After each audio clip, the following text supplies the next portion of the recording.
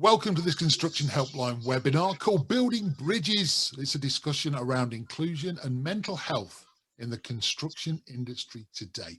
Now I'm Clive Holland. For those who don't know, I actually do a radio show on Fix Radio, which is a builders radio station. And well, not just builders, but for all trades really. We have specialist trade shows and all that sort of thing. So if you've never tuned in before, please give it a whirl. Also, I work in TV too.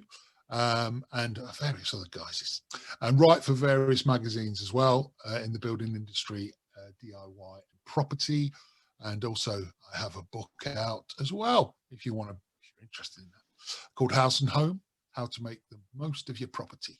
So let's get on with it then. So let's give a bit of background. The Construction Helpline have organised this webinar, and they are a leading training provider in the construction industry, and keen to open up the conversation around these topics we were just talking about with their expert panel they've brought together today. So please allow me to introduce them to you right now. We have Uma Mansour, he's the CEO of the Construction Helpline. We've got Andy Triggs-Hodge, OBE, from London Youth Rowing, and also Bola Abisogan, OBE, from DiverseCity Surveyors. Angeli Pindoria, project surveyor at Avi Contracts Limited, and public speaker on diversity and inclusion. We also have Paul Cottam, the director of Vinci Facilities and trustee for Mates in Mind. There is no health without mental health. There's not. Hear, hear. And last but by no means least, we have Christina Demetriou, who is a tipper driver. Now, we should have had a guy called Amos Simbo from Black Professionals in Construction, who was due to be with us, but sadly had to drop out due to travelling back to the UK. Now, just allow me to give you a few stats before we continue. A 2018 study conducted by the UK recruitment analytics company Hayes revealed that 78% of BAME people working in the construction sector had experienced career restrictions, this due to their race or other demographic factors such as sexuality and age. Now, according to the ONS, the Office of National Statistics, anybody can say that apart from me, reveals that only 7.4% of BAME people in the UK account for the total workforce in construction, while women only make up 12.5%. Now, according to a 2017 Deloitte study, companies that embrace diversity are 6 times more adaptable to a changing environment, 2 times more likely to achieve their financial goals, 8 times more likely to show good business results. Now then, let's go to our guests on the panel with some questions for them. And we're going to start with Uma Mansour. Uma, first of all, talk us through your business and why you're doing this webinar. Thanks, Clive. We're delighted to be here together. Such a great panel, and thank you for being with us. Construction Helpline has sort of trained over 200,000 learners in construction industry, right from the health and safety to get onto the site, to labourers and skilled workforce as well. The figures that you just shared are staggering and highlight the fact that there is a significant inequality occurring within the construction sector, and change needs to happen now.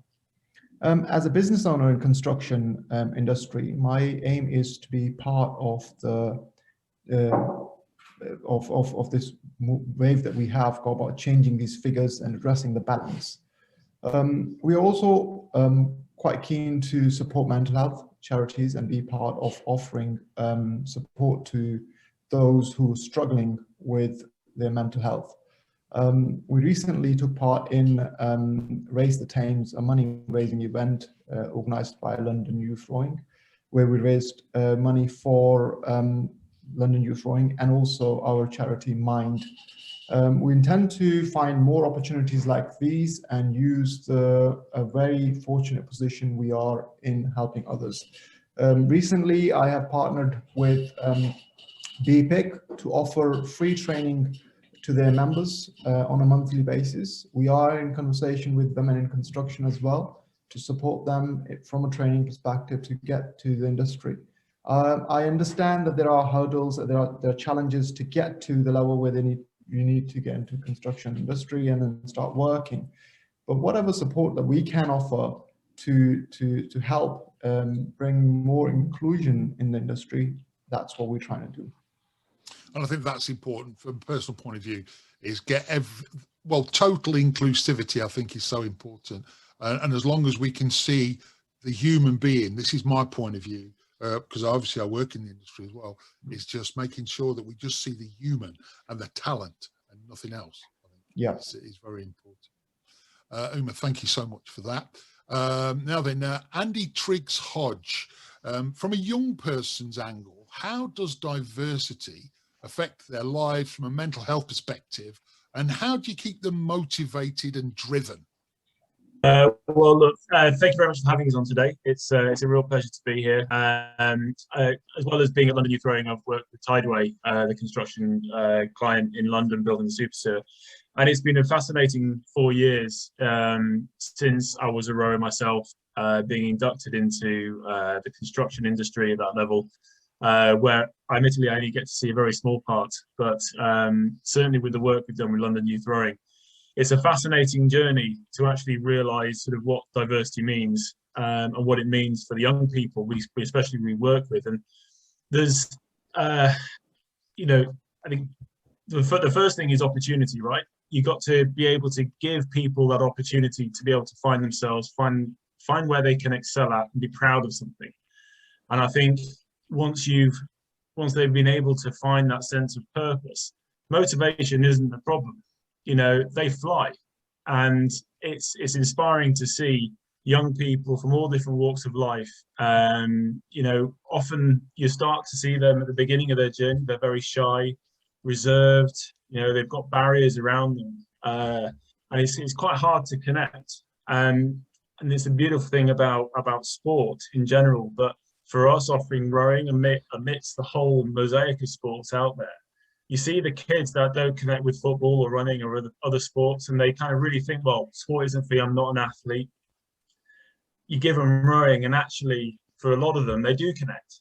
And then they connect in different ways than just being an athlete, but the team aspects, the supportive aspects around school, all the bits that they've kind of been excluded from because they never thought they belonged.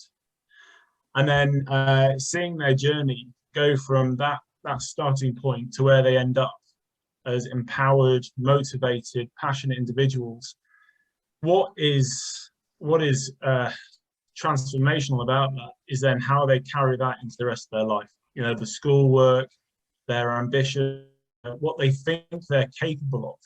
And that for me, I mean, for very obviously different reasons. But, you know, it's a journey I had as a youngster. Now, I didn't have many of the barriers that are in place in society, whether it's race, gender, etc. You know, I've had it easy in many respects, so that privilege that comes with my background. But being able now to work with a great organisation like London Youth Rowing and to witness the impact that happens, and then it's literally like the touch paper, and you watch them go. And it's the same with the bits that I saw at Tideway. You give the opportunities in the apprenticeships, you work with the right people to motivate and get those right people into the and you watch them fly. And then all the barriers disappear and they become one of the team. And just like you say, you stop seeing the sort of the colour or the gender, you just see the capability, you see the potential, and you see how valuable they are to the team. And you just crack on, and it's amazing.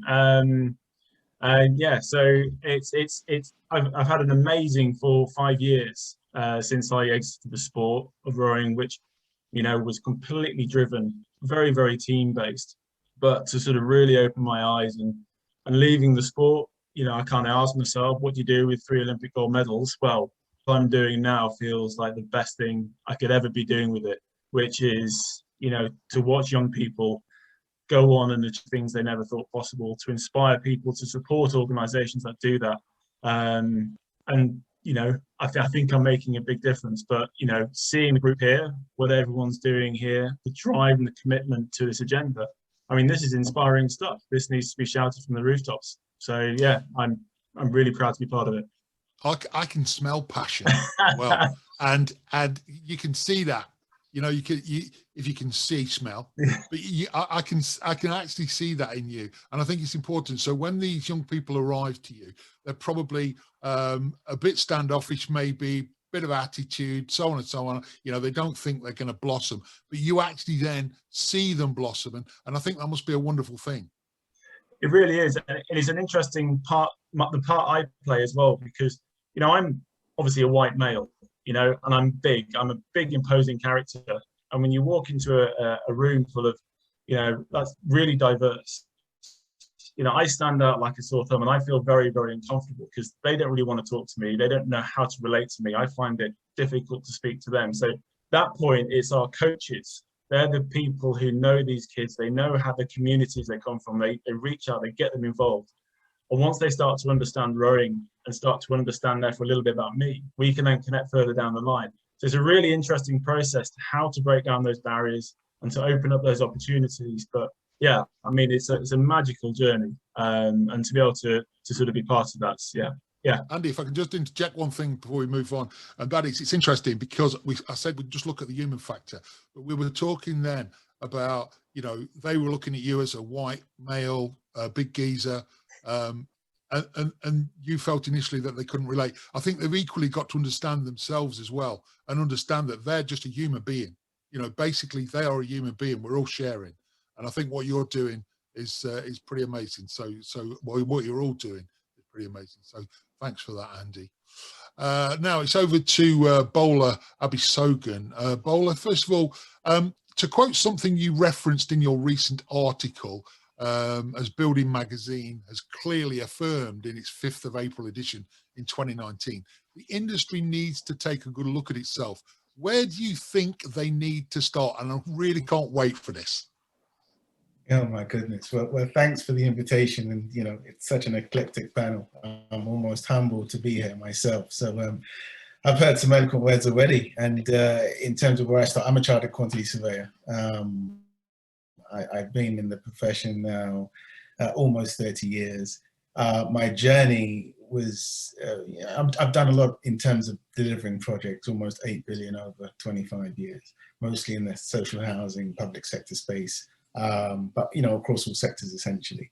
But my journey began, I would say actually late 1990s, so early 2000s when I qualified. And my frustration, I graduated in 94, qualified in 99, that 5-year period between 94 and 99, I literally just detested every minute of it because there were so many issues in the industry at that time. Can you tell us what though, just briefly, can you just tell us what you faced? Inclusion was a challenge. And I think the piece you've referenced, I put 2 covers of Building Magazine in that piece. One was 1999, the other was 2019, I think it was. And the cover on 1999 literally says, if you are Black, you should be holding a shovel. Now, my interaction with that magazine was that it was thrown at me across the coffee table by a senior surveyor at the time who said I should consider myself fortunate. And this was 1999, and I'm preparing to sit my professional qualification. So my introduction to the industry was one of, you're not worthy.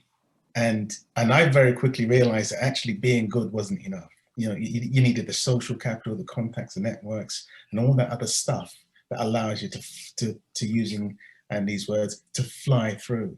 But there are so many hidden barriers, microaggressions and all that sort of thing. So my challenge was that I was going to take this conversation live. I was going to take it to my professional body, the Royal Institution of Chartered Surveyors. And in 2005, I set up DiverseCity Surveyors, because at that time, there were half a dozen of us, Black surveyors, who were getting nowhere fast, as I like to call it. And we used to have a bit of a whinge 2 or 3 times a year.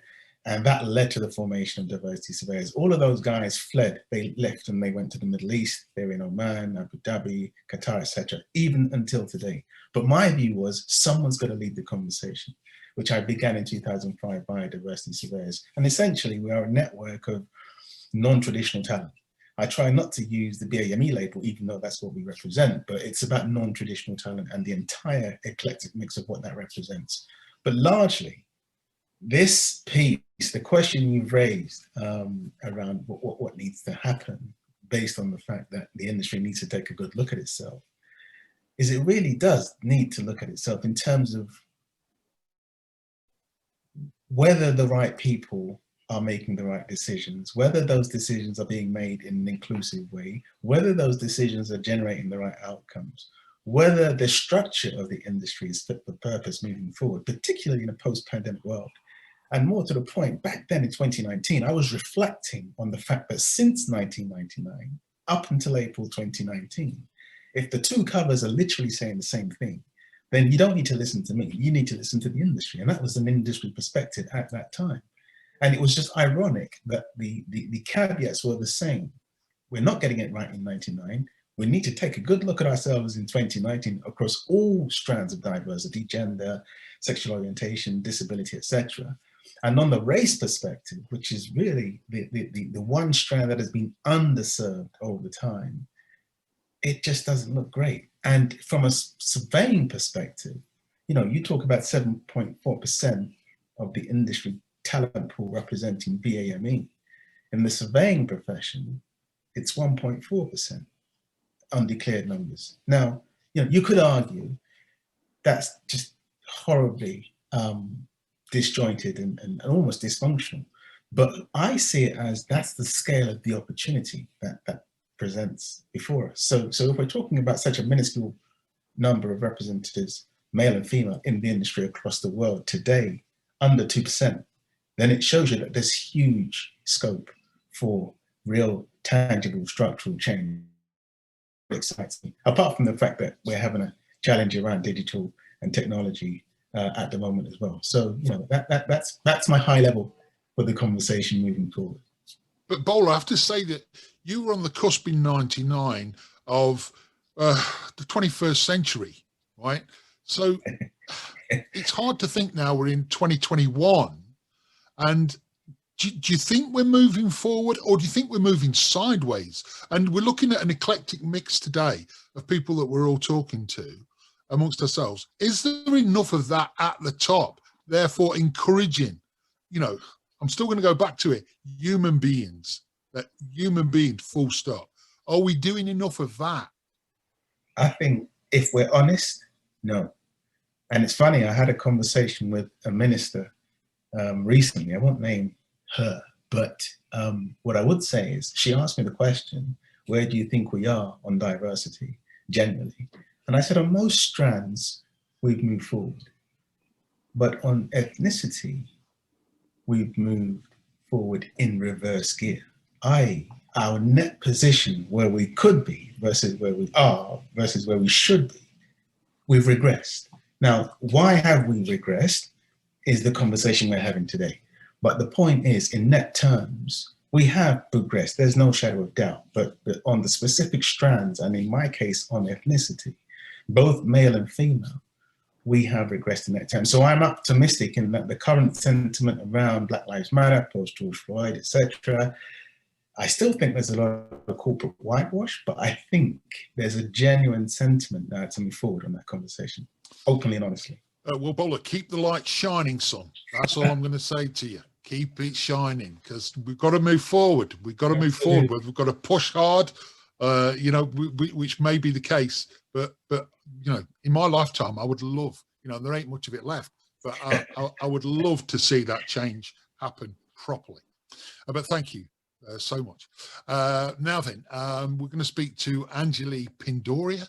Now, Angeli, as a woman in the industry, which again, I have to say, I'm passionate about in getting more and more women in our industry, who often speaks on these matters. How can we all help to raise the profile of Black, Asian and minority ethnic gender and youth? Also, how has your voice for change been received? And I'm gonna keep my fingers crossed. I'll let you hold on to that then. To answer the first part of the question, I think firstly, the issue that surrounds the inclusion, especially with minorities, is not necessarily about raising the profiles of them. You know, I don't want to be constantly speaking at these events and stuff. I want people to actually, you know, understand what the issues are that people like me and other minorities are actually facing. And by understanding and acknowledging them, we can actually make some change and real change. For example, if you take the young apprentice on site, you know, they get a lot of site banter, and, you know, in other terms, they kind of get bullied a bit. Now, on the flip side of that, that person could be feeling a lot of adverse effects from that. So it's about understanding and acknowledging what we're doing, what are our actions, you know, and those small reflections of our daily lives will like help us steer whether we're adding to those stigmas or are we helping to make changes. And those small things and reflections that we do within ourselves will determine what those larger influences are.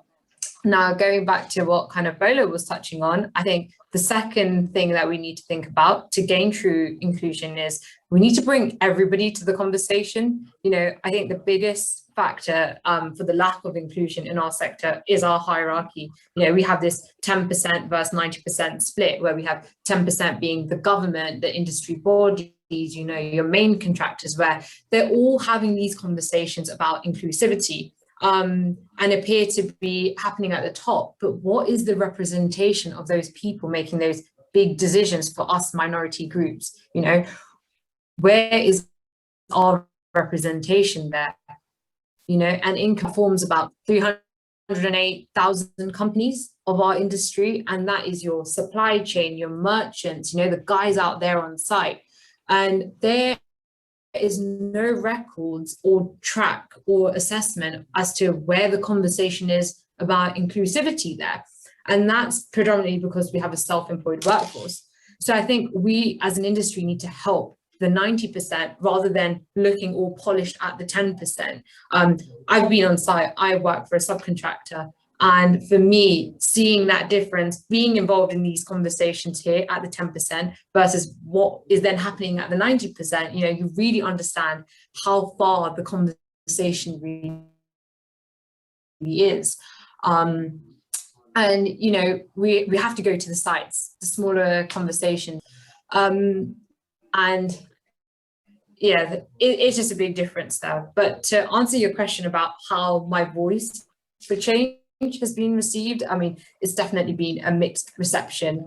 I started my journey being a voice for change because of my dissertation research. You know, I did research on school kids, why they weren't getting into the industry, and that became my passion.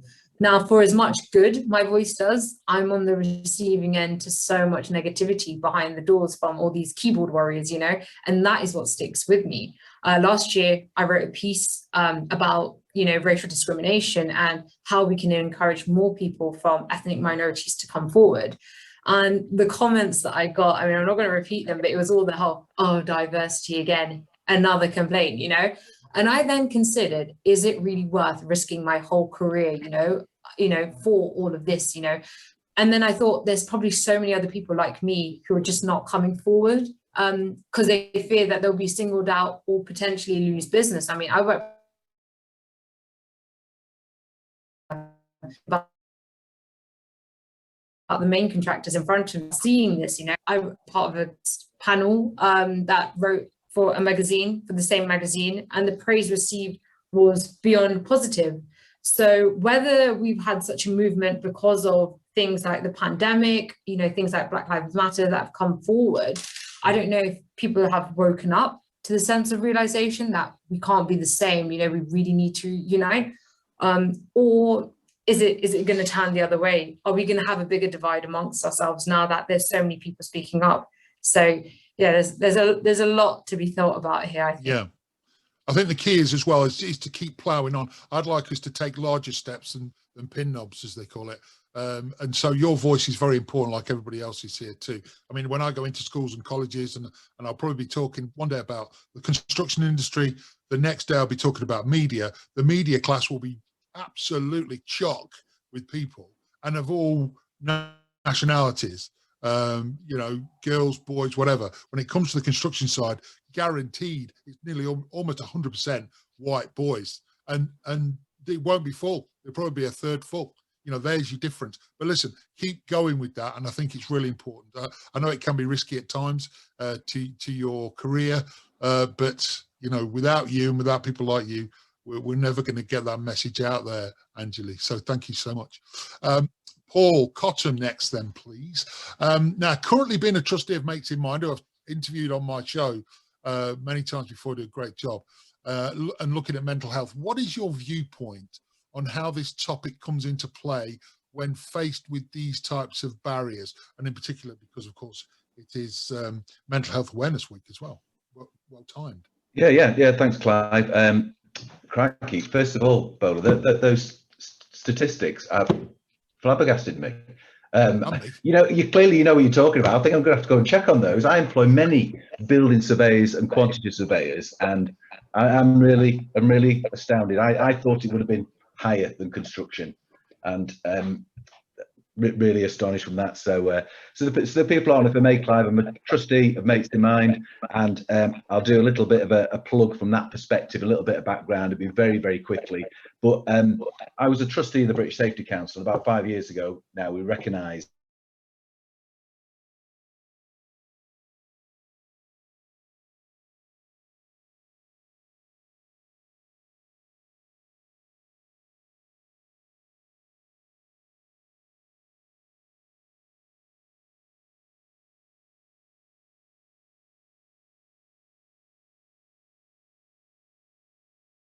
there's a stigma around diversity and inclusion, clearly, from what I'm seeing, and there's really that in that male, that environment, the male macho, white male macho environment of construction. They don't talk about general health stuff, never mind mental health, which is certainly seen as a weakness. And the statistics are kind of scary. That just generally as an employer, I've got 17.9 million working days lost due to stress related mental health stuff, and that's 55% of the days that people have off work ill is due to that side of it, which is absolutely staggering. And the other point as well is suicide in construction workers is 3 times the national average, 3 times.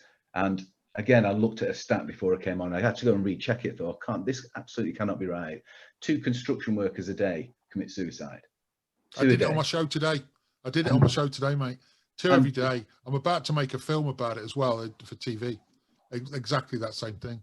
And I'm nearly going to get upset here, so please forgive me if I do. So I'm sat in an office here, and we fitted this office out 4 years ago very nicely. And I knew that the MD, the small construction business that did it, and he had some guys working with him, and there was one chap, probably about 30, and he fitted out all our kitchen units around here. Did a fantastic job.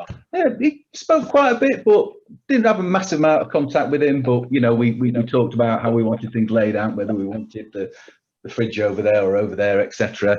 And about a month after he moved in, the MD of this company phoned me up and he said, my guy who fits the kitchens. I said, yeah. He said, he's committed suicide. I said, no. And he was actually in bits, and he was in bits because of the way the guy had planned it. So he had raised all his outstanding. He kind of worked for himself, contracting out his services, and he'd raised on the Friday evening. He'd raised every single invoice for every single bit of work he'd done for the past 3 months, and he posted those invoices off with a little note on about early payment and these type of things. He'd gone round his parents' house and said that he'd got a new phone, and here was his old phone, here's the contact details, and he'd handed all that over with a little note, and then he'd gone and committed suicide. So the whole scope of the planning to do that meant that this was clearly on that person's mind for a long time. And I put Sean, the MD, in contact with Mates in Mind, and he was saying that the guys recognised there was something wrong, but they did the traditional, I know you split with your girlfriend, you're a bit quiet, you're all right. Yeah, I'm fine. Yeah, great. Well, let's get on with the job. Now you've got to, it's like with yourself, Bola, Angeli, you've got to push these things. You can't just ask the question, get an answer, and move on to whatever your work activity is. You've got to really drill down into, why these things are happening, how we can make a difference. And that's my bit. And there's lots of stuff out there. So, the Mates in Mind side of things, I think, having that badge of some type of charity that your people can raise money from, can look for ideas from, and feel like a part of something that gives them thought process and ideas on how to deal with these. And we had Stress Awareness Week, and I know you mentioned, Clive, Mental Health Awareness Week. There was a Stress Awareness Month that Mates in Mind did last month, and they produced a really good document to help anybody in the industry in terms of looking at how to deal with looking at stress for people and deal with those mental health activities. And let's, you know, cut down on people going off sick. Let's make sure we look after the work environment for our people. And, you know, even if we put that cost aside morally, like we're all saying here, we know these things are the right things to do. Diversity, inclusion, looking after mental health of our people as leaders, morally the right things to do from that perspective. And I was talking to someone, I'll just finish off, a couple of weeks ago now, and he's saying this person focused on getting the right type of koi carp into his pond, and it was a nice pond. He got all the right koi carp, you know, he'd invested in that side of it. But what he wasn't doing, they weren't checking the filters and unblocking the filters of that pond enough. So they weren't creating that right environment to get the best people in, and whether that's getting people from a diverse background in, but making them feel comfortable once they're in that environment, so they don't have any additional stress above that. I think that's the really kind of important aspect I'd take away from this. Well-being is important. It's going to be more important. And if I just finish on one item for me, and I jotted this down as well. With one of my institutions, we've got our new president in, and his focus is that we need a more diverse and inclusive profession now. This is it's building services in construction, because without that, we're not going to have any resilience to deal with crisis, whether that's an environmental crisis or another pandemic. We've got to get more people into our industry that offer more, give a different concept to all of that as well. And I'm really hoping, Paul, that all your voices are not just going out into the ether. They're actually going to make contact with the right people who can actually make that change. And that includes those people coming into our industry. This is just my opinion, but those that we can just open our arms and say, you're invited, regardless of you know, your color, your gender, your whatever, you're invited. And to those people who are putting up the blocks and putting their arms across their chests like you're not, you know, you're Neanderthals. It's time to move on.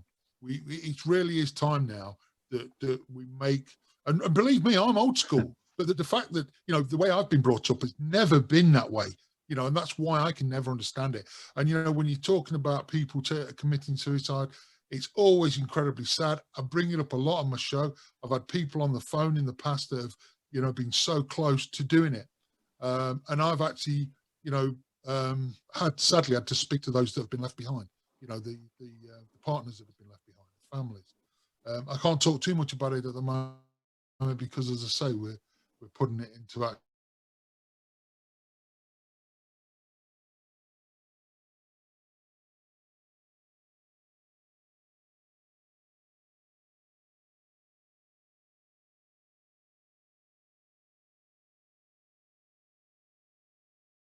Your career to get where you are now. And can I just say, well played. Love it. Hey, Clive. Thanks for having me. That's played. So, off as a driving instructor around 8 years ago. And my passion was always driving. So when I was doing that role, I didn't like it. So I thought, oh, what can I do? That'll be a bit more challenging. So I started to do bus driving. And I was a bus driver for about 4 years. And then I was like, oh, what can I do that's even more challenging? So I thought, oh, I'm going to drive trucks. So I went on to do a truck driving role at a builder's merchants. And I was driving a rear-mounted high-up crane where I would get the building materials, crane it off. And yeah, I always got the stereotypical stuff like, oh, how are you going to get that stuff off, girl? And, you know, like just like really, really patronizing comments. But, you know, with these kind of roles, you have to just kind of laugh it off and just take it with a pinch of salt. You're always going to get banter.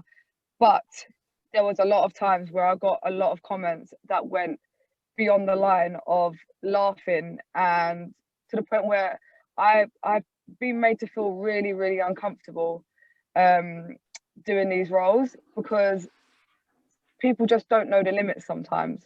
it's been very rewarding in other places, but there has been a lot of stuff where the feminism stuff gets thrown in your face. I'll cut that feminism crap stuff out, and it's just, it can just be very wearing. It can wear you down.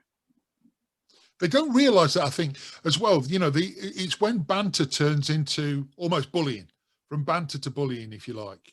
And it's something that tends to be deep-seated. I hate to say this, but it seems to be deep-seated, particularly in Neanderthal males, right? Who just cannot get rid of this. I am the breadwinner. You know, I'm not seeing a woman doing what they class as a man's job. Well, you know what? Tough tit. It's time to move on. You know, the times have changed, and you in that sort of role is for me brilliant. I love it. I would lap it up. I've even actually been onto some sites where men have actually wanted me to leave, and I found that the times that I've had these kind of comments made to me are usually from like the older Eastern Mediterranean backgrounds, because it's a cultural difference. They're like the wives stay home, they look after the children, they cook the food, and then the men go out, like you said, and they're the breadwinners and they bring the money home. And it's even got to the point where they've said to me, you know, you're a woman, what are you doing here? You're embarrassing us men. And it's just like, wow, dude, I just want to come to work and I just want to do something that I enjoy doing. And what I'm passionate about the most with doing these roles is that I find that every woman that I meet doing these hands-on jobs, they're really thick-skinned and they're resilient and they're a certain type of woman. They're not just like, you know, Karen that went to school and she's got 5 diplomas and she's really clever and she's really timid and she's had a really nice life. Parents are still together. It's always women that have been through something and they've got grit. And I feel like we need to work together so any type of woman can come and do these jobs and be able to do it. Because there's a lot of women that would come and do these jobs, they'd get a lot of ag and be like, you know what, this isn't for me. And that's where we need to change. But at some time you were clearly at a breaking point, and there was that resilience and that toughness and that in your face, you know, forget it. I'm not talking about confrontation, but did you ever think when somebody gives you that, and I want you to do this in the future if somebody else does it, I want you to just look them in the eye and just talk to them and explain exactly what you've explained to us. I think that is so important. Yeah, I actually done a post today on mental health awareness, actually talking about an experience that I had at work. And there was a time where I felt like giving up the construction industry, and that was a time where I got sexually assaulted at a workplace by a work colleague, and that really nearly did push me over the edge. But I'm still here, and this is something that we need to keep raising awareness over, because it can push you over the edge. And there was a lot of times where my mental health made me question myself, like, was that my fault? Did I do something wrong? Did I say something wrong? And it was something that I just went over and over in my head. And it was even like, oh, should I be working here? Should I expect to be treated like this because I work with men? And it's just a vicious circle that you have to say to yourself, like, no, I'm here because I'm doing a job that I love and I enjoy doing, and I'm going to continue to do it, and it's going to make me stronger for the future, to show other women that, you know, we can do it, we can get past these barriers. And I think that's the point. It's interesting because I was born of 7 older sisters, and the problem for me was going to school in the hand-me-downs. That was a bit tough. But other than that, you know, having that strength, and they were so strong. I see that in you, which I absolutely love. And I think this is something we just got to take forward. You know, you can still look great, still look like a woman, no problem, right? But you've got that inner toughness that says, you know what, Elton John's tour from, I think, 1985, I'm still standing, come on. And that's what it's all about. One thing as well that really upsets me is that within the construction industry, men can do and say whatever they want because that's just men, and we've got that man banter and we're grr. But the first time a woman says something that is like standing up for themselves or saying what they need to say, you're the aggressor. You're an aggressive woman. Again, you know, it's how they perceive it is up to them at the end of the day. That doesn't bother me. All I want them to say is respect is the key. It doesn't matter. Yeah. Woman, man, colour, race, whatever, it doesn't matter. You know, respect that individual for doing that job. And that is the only way we're going to break through this. and generations will change. I think generations will change, but we've still got to keep, I mean, I didn't know what to expect today. I've got to be honest, right? I knew a bit of background, but you guys are amazing. And I think with that collective going forward, I'm very passionate about our industry, but I feel quite confident, quite pumped about going forward. But we all have to go forward with that same strength as a unit. Otherwise, that message ain't going to get there, you know. And I think it's important. You know, what you guys are doing, as I say, is absolutely magic.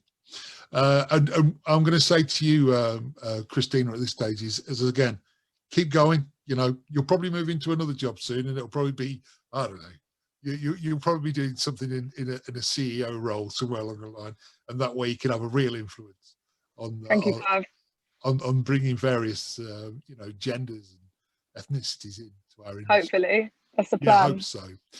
Now look, because we haven't had you know, everybody in tonight on this, I'm not sure if there's people standing by who want to put their pennyworth in as well at this stage. But if there's anybody that just wants to sort of elaborate on either what they've said or what they've heard, you know, I'm also happy for you to jump in there, because we still have around 20 minutes left of time.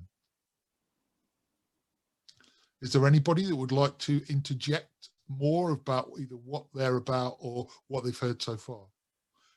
Bowler. If I could just celebrate really what I've heard, and just throw out the gesture that says, actually, you know, we as a collective may be representative of some of those voices. It's funny, Angeli made a really good point around the consequence of teasing the conversation, particularly in those areas where, as I call them, they're culturally incompetent, so they don't want to know, don't want to hear, really couldn't care less about why you want to have the conversation. There is a consequence to your career, to your individual, to your profile. There is, definitely. And, you know, it's funny, even Christina asking herself whether she is the cause of the problem. I've been told on many occasions that I'm not the problem. The environment is the problem. And, you know, that's why we have to win the hearts and minds. I say it's a conversation. You know, there is no silver bullet to this. You can have the best strategy, the best plan, the best commitment on paper, the best pledge. But if you have the wrong mindset, and if you have the wrong cultural drivers, and if you don't have a genuine empathy for other people and difference, then you will find yourself having this conversation again and again and again. And I think in construction, this historic male macho image that Paul was describing, it's being broken down largely by women, because I think the females in the industry really have an edge of, I really couldn't care less, other than if you try and make it personal.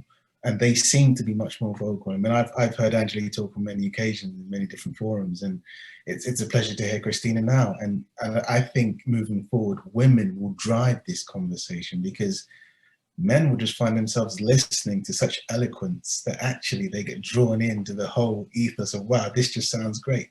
The second question is, well, how do you make it a reality? But I'm optimistic, because I think I'm seeing more women. I've seen more women throughout my 25, 27 years come forward.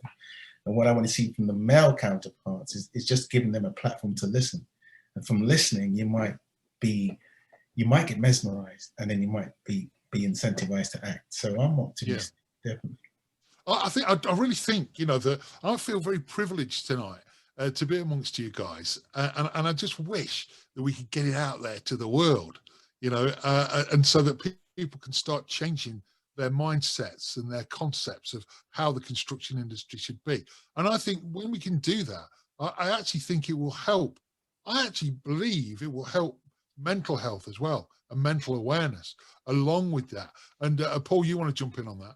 Yeah, I was just saying that, you know, we're all part of the solution. No, it's not the problem here. So okay, very quick example. We had a very difficult construction job, very high profile, had to be done for the 1st of January, inland border control facility, a lot of different trades, real, you know, blokes in there putting tarmac down. We were struggling to get the trades coordinated. My ops director came to me and he said, we need a different dynamic and to get this over the line. I said, what are you going to do? He said, I'm going to bring Sarah in.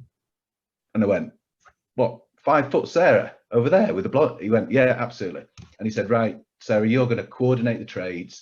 You're going to make sure when the client comes on site, you take them in. And she just took total control.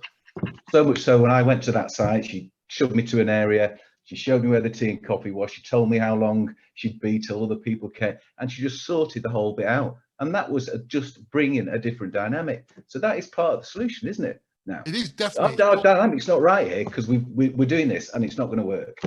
Yeah. And bring in little Sarah in 5 foot. She was probably the single most biggest change we made on that project that brought it in on time to quality. Well, it's just incredible. You know, you're hearing these stories, and as I say, it's lifting my spirits straight away because of my background in the industry, of course. You know, this diversity aspect going forward, I think, is going to be pretty critical. That's for sure. Is anybody else that would like to say anything at this stage to add to what they've already put in? I know there's a few people actually looking like they're lined up to probably want to want a little bit of input, but is there anybody out there, Mario? Can you hear me okay, actually? Yeah, we can hear you, Mario. Yeah. Right, I'm going to actually throw my 2 pence in, actually, be slightly more controversial. Something that's always been on my mind, obviously, you know, like Christina, we're from this, you know, Mediterranean background. We had all the discrimination growing up, and we just used to brush it aside. We used to laugh about it. We used to brush it aside, carry on, you know, sticks and stones and all that. This open question to anybody, do you think that there is too much sensitivity in society nowadays about the whole, you know, whether somebody can be slightly racist? You're not allowed to say this anymore. You're not allowed to say that. I mean, I remember reading something a couple of weeks ago that they've banned an episode of 40 Towers because it touches upon sensitive matters. I mean, considering when that was made, all of a sudden now they're banning that kind of stuff. I remember reading that Joe Biden has banned Cat in the Hat in America. So do you think there's too much sensitivity, and because of that people seem to brush away the whole, you know, diversity thing? Do you think that's sort of putting up a brick wall in front of everyone? Who wants to have a go with that? Yeah. Angeli. Yeah, I'll have a go at that. I think it's not so much sensitivity. I think it's there's more awareness and spotlight on those issues now. I mean, my dad grew up in this industry and he suffered racism. He just got on with it because he had to build a family for us. And now we're an established business and stuff. And there's someone like me, little young generation running along. I'm not going to sit here and keep quiet. And so I think it's more about ethics. You know, we have this next generation amongst us who I go into schools and I see and I talk to, and they're kind of like, no, we're not going to stand for it. So why should we go and work for a business that then stands for things that we're against? Actually, you know what? We're going to go do our own thing. And so I don't think I think maybe the media and stuff are putting a different spin on it. But I think what we need to see is not the sensitivity of the subject. It's more, how are we going to raise awareness in a good way to help those people? Or we're just going to end up like we did back then years ago, where people just keep quiet and the issues still remain and kind of get brushed under the carpet. So yeah, I think I understand where you're coming from with the sensitivity thing, but I think now it's more about shining a spotlight on this in a more positive way rather than being negative about it all the time. Mario, over to you. Where did you come from? From that, Mario, where do you stand? Where do I stand on that subject? I mean, Angeli's absolutely correct, and you know, I just see things from a point of view that I think that there is a lot of sensitivity out there, but instead of people brushing it off like they do, people need to actually do something about it, and that's why you guys have come in and you're standing up for everything that we believe in, that we know is right.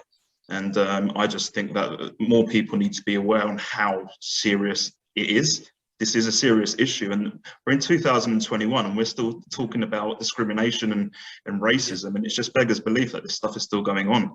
And it's something that I sit there every night and I read stuff and shake my head, and it's what are our children going to be like in 10, 20 years time? What kind of society are they going to grow up in? Is there going to be a divide? I think that's quite scary, actually. And it's great to see so many faces here from different backgrounds and different creeds. And I think that we should actually be a marker point and a starting point moving forward for the construction industry. Well, hopefully going forward now, the youngsters will be taught totally different to the way, you know, certain generations would have taught them how to be. Uma. Right. I wanted to add on this, you mentioned about training a bit. Being the assessors, trainers, you've got everybody's male. You don't expect a female trainer going to a site to do assessment for anybody for any certification. It is expected that it is a male that would be going there and doing that. But I think as other industries accepted bringing inclusion in the material to teach as well, it is always good. We shouldn't be expecting that that the room is full of white male and they are all well aware that how inclusion works, how diversity works. It is important that we can train them, it works. So any kind of, if within the health and safety, if the training of inclusion, diversity, and other aspects and mental health as well, can be brought in, it will be very, very helpful. I only see that how you get on the ladder. You're told how to get on the ladder, you get off the ladder, you know, how you need to use different equipments and plants. But if you're told that if you're facing problem, these are the things that you could do, or if you should be expecting that there are other, how you can be working with a diverse workforce. All of this training, if that can be part of, and as Angeli mentioned earlier, it's about 10% of the ones that are sort of stating all of those facts and how we should be diverse, how there should be diverse workforce and everything. I think if at that level they bring the training for the rest of the 90%, which they can, as they are the one who are decision makers, I think this would help a lot to change the mindset and how the industry works. Right from the school, if you go to the school and you ask any kid or child, say, look, what do you think about construction? They'll only think about it just getting your hand dirty, or is the male dominated, what am I going to do there? No, I'm not interested in that. And this is why other industries have sort of progressed, and